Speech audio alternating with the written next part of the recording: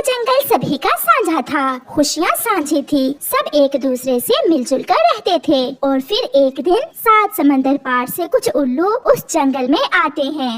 रात की तारीकी में वो उल्लू पहाड़ों पर गुफा में बैठे सलाह कर रहे थे। हमें इस जंगल के पक्षियों को अलग अलग करना होगा। मैं मानता हूँ कि ऐसा प्यार मैंने किसी दूसरे जंगल के पक्षियों में नहीं देखा, मगर हमें ये करना ही होगा। ये बहुत मुश्किल है। मैंने देखा है कि सब पक्षी एक दूसरे का बहुत ख्याल रखते हैं, उन्हें अलग अलग करना बहुत मुश्किल है। अपने सैनिकों की बातें सुनकर सरदार उल्लू जो बूढ़ा था वो बोलता है, धर्म का सहारा लो और उन्हें अपने अपने धर्म में बांट दो। खुशियाँ एक हैं, दुख सुख एक है, मगर धर्म तो अलग अलग हैं। अपने बूढ़े सरदार की बात सुनकर सब उल्लू खुश हो जाते हैं। होगा, ये जरूर होगा। हम उन्हें अलग अलग बांट कर रहेंगे। अपनी योजना के अनुसार उल्लू कौवे के पास जाता है, जो अपनी पत्नी गोरी के साथ अपने घर के बाहर बैठा हुआ था।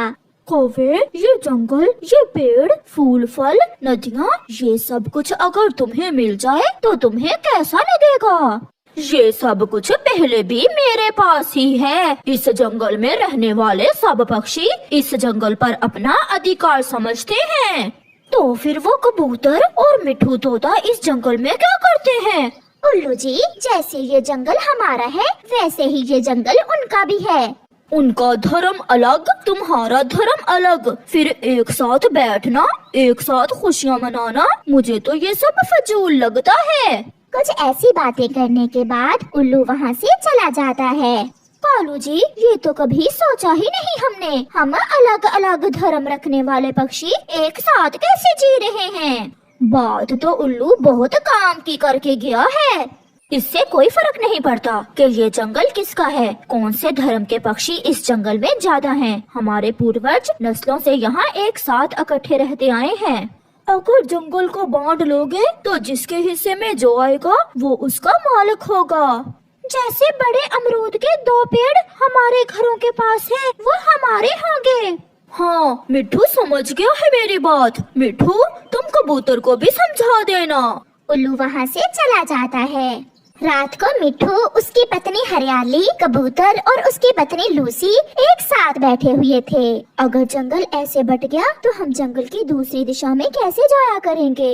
कोई मुश्किल नहीं है, वहाँ की सरकार से इजाजत लेकर हम एक दूसरे से मिल लिया करेंगे। हाँ, मगर चींचे और सब पेड़ पौधे अलग अलग होंगे। कितना मजा आएगा जब मैं अकेला अमरूद के पेड़ों से अमरूद तोड़कर खाया करूँगा। मेरा दिल डर रहा है, मैं ऐसा नहीं कर सकता। बात ठीक ही तो है मिठू की। अब तो बंटवारा होगा, सब कुछ बट कर रहेगा। एक एक पेड़ बांट कर हम अलग कर लेंगे। दूसरी तरफ उल्लू गुफा में बैठे थे। बच्चों, सब ठीक से किया है ना? बाबा जी, मिठू की समझ में बात आ गई है। और कौवे की पत्नी गोरी भी जंगल के बंटवारे पर राजी है। चिड़िया का बेटा उड़ता हुआ अमरूद के पेड़ पर जाता है। वो अमरूद खाने ही वाला था कि वहाँ मिठू आ जाता है। रुको रुको छोटे बच्चे, रुको। ये अमरूद अब हमारे हैं। ये जंगल बटने वाला है, अब सब कुछ बट जाएगा। तुम यहाँ से चले जाओ। अंकल, पहले तो ऐसा नहीं था, हम सब मिलकर सारे फल खाया करते थे। हाँ, मगर अब कुछ दिनों तक सब बदल जाएगा। रोता हुआ छोटा चिड़िया का बच्चा वहाँ से चला जाता है। मम्मा, मम्मा, मुझे मिठू अंकल ने अमरूद खाने से मना कर दिया। वो कहते हैं अब सब कुछ बटने वाला है। उस मोटे मिठू ने ऐसा क्यों किया? मैं अभी जाकर कौवे से बात करती हूँ। गुस्से में चिड़िया कौवे के पास जाती है। अगर उसके घर के पास अमरूद है तो हमारे घरों के पास भी फलों के पौधे हैं। अगर वो हमें मना करेंगे तो हमसे भी उम्मीद न रखें। चिड़िया, अभी बात बढ़ी नहीं है, मैं कुछ करता हूँ। जैसा है वैसा ही चलता रहे। जंगल को बांट लेने से हमारी खुशियाँ भी बट जाएंगी। हम एक दूसरे को देखने के लिए तरसा करेंगे। नहीं, अब हमने भी फैसला कर लिया है, ये जंगल बट कर ही रहेगा। बात बढ़ जाती है। सभी पक्षी एक जगह इकट्ठे होते हैं। अगर हर कोई बात करेगा तो लड़ाई बनेगी। हमारी तरफ से मिठू बात करता है और हमारी तरफ से मैं बात करूंगी। कौवा चिड़िया को रोकना चाहता था मगर वो चुप रहता है। कल मिट्ठू तुमने मेरे बेटे को अमरूद खाने से रोका, अब तुम भी हमसे कोई उम्मीद न रखना। जंगल के दरमियान बाढ़ लग जाएगी, ना कोई हमारा पक्षी तुम्हारी तरफ आएगा और ना ही तुम्हारा कोई पक्षी हमारे जंगल की तरफ। कोई एतराज नहीं है, हम सब राजी हैं। हम एक दूसरे को खुशियाँ दे सकते हैं। ना हमें तुम्हारी जरूरत है और ना तुम्हारे जंगल की तरफ आने की जरूरत है। उल्लू बुला लिए जाते हैं, जंगल बढ़ जाता है। एक जगह पर कांटेदार बाड़ लगाकर बंटवारा हो जाता है। उल्लू तो उस जंगल में आए ही इसी काम से थे। वो जानते थे कि मिलजुल कर रहने से वो जंगल बहुत आगे निकल जाएगा, इसलिए अपना काम करने के बाद वो उल्लू वहाँ से चले जाते हैं। 4 दिन की बहार गुजर जाती है। मिट्ठू के घर के पास अमरूद खत्म हो जाते हैं। जंगल में भोजन की भी कमी थी, सब उदास थे। गोरी कौवी और चिड़िया भी उदास बैठी हुई थीं।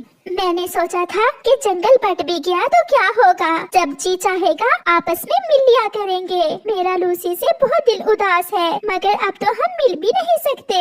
मुझे क्या खबर थी कि ये बाढ़ नहीं बल्कि मौत और जिंदगी की लकीर बन जाएगी। दिल कर रहा है उड़कर चिड़िया के पास चली जाऊं। मैं तो उसके बच्चों को अपने बच्चों की तरह समझती थी। ऐसी गलती कभी ना करना। वो कांटेदार बाढ़ से दूसरी तरफ जाने वाले को सरकार गोली मार देती है। वही मौसम, वही फल, वही पक्षी, वही आसमान, वही जमीन, मगर उस बाढ़ ने सब कुछ बांट दिया था। अब तो दिल भी बढ़ चुके थे।